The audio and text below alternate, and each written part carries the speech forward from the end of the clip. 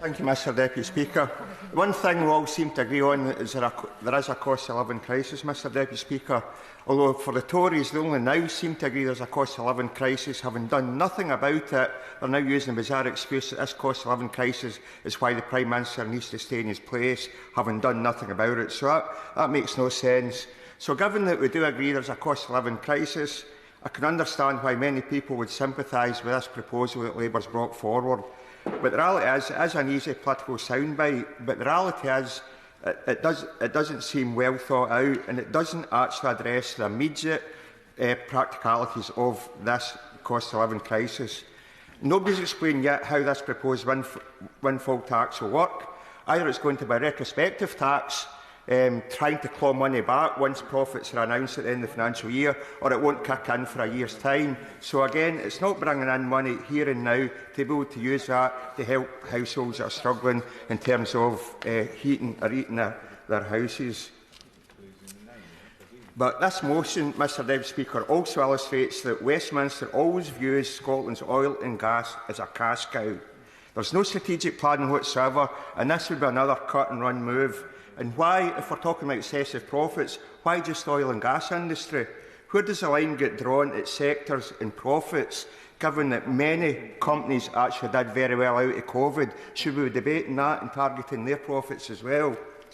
And I'd like to ask, what discussions has Labour had with the oil and gas industry on this? What assessment has been made in levels of investment that might be rolled back? Investment that could be part of a decarbonisation agenda. There is a harsh reality, as others have said, that every previous windfall tax has led to a future drop in investment. Now, clearly, there is room for a sensible debate about long-term tax policies, particularly carbon taxes, and we need to have a serious debate about this. And I do get uneasy when we hear about companies like Shell not having paid corporation tax for a couple of years, or BP talking about their company being a cash machine. So we do need to have a serious debate about this, but policy on the hoof is not the answer.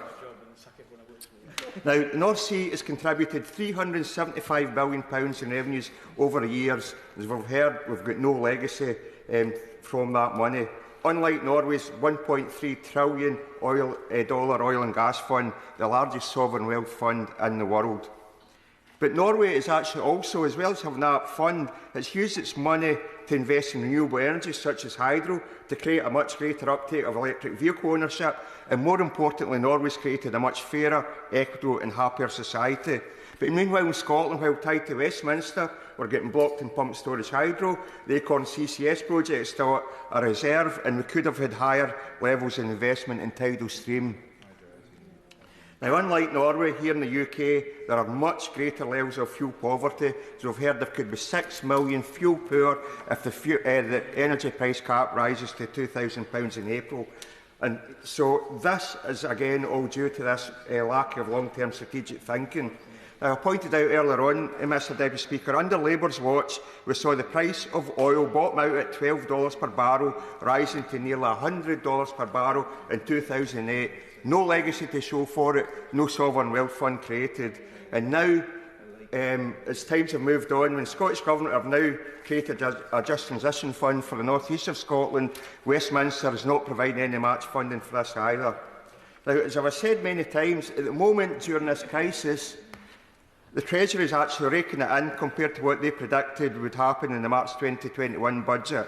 In the November budget, it was already estimated this financial year will see an increase of £1.1 billion in oil and gas revenues this year, an extra £2 billion next year, and £6 billion in total over the Parliament. So that's money the Treasury's got here and now that should be used to help households, let alone when we consider additional VAT from our energy bills and extra fuel duties they're bringing in.